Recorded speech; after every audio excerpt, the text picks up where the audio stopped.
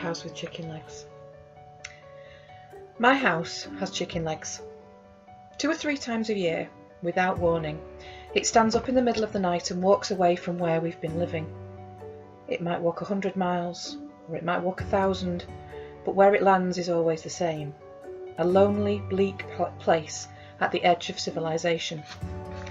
It nestles in dark, forbidden woods, rattles on windswept, icy tundra, and hides in crumbling ruins at the far edge of cities.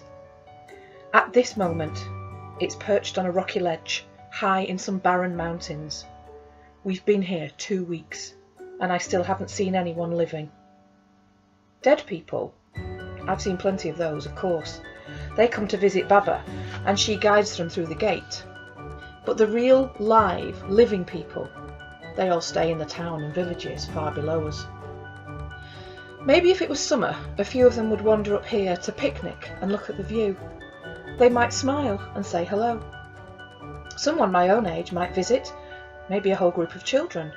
They might stop near the stream and splash in the water to cool off. Perhaps they would invite me to join them. "How's the fence coming?" Baba calls through the open window, pulling me away from my daydream. "Nearly done." I wedge another thigh bone into the low stone wall.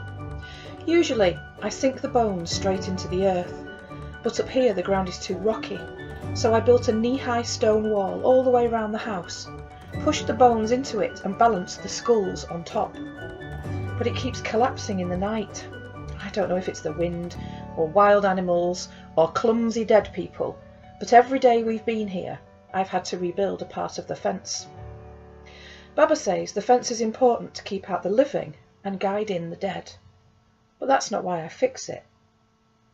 I like to work with the bones because my parents would have touched them once long ago when they built fences and guided the dead. Sometimes I think I feel the warmth of their hands lingering on the cold bones, and I imagine what it might have been like to hold my parents for real. This makes my heart lift and ache all at the same time. The house creaks loudly and leans over until the front window is right above me. Baba pokes her head out and smiles. "Lunch is ready. I've made a feast of shki and black bagels. Enough for Jack too." My stomach rumbles as the smell of cabbage soup and freshly baked bread hits my nose. "Just the gate hinge, then I'm done."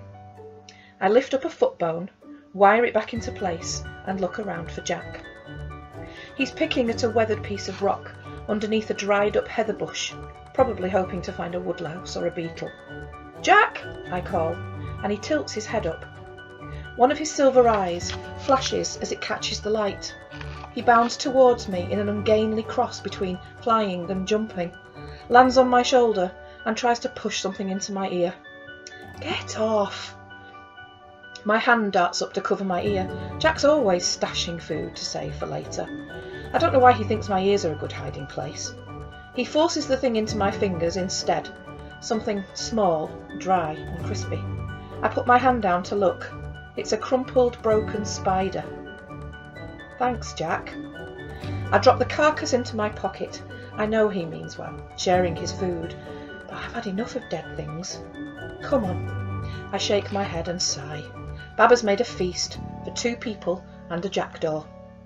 I turn and look at the town far below us, all those houses snuggled close together, keeping each other company in this cold and lonely place. I wish my house was a normal house, down there with the living. I wish my family was a normal family too.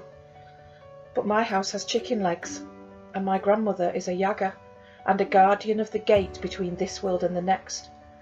So my wishes are as hollow as the skulls of the fence.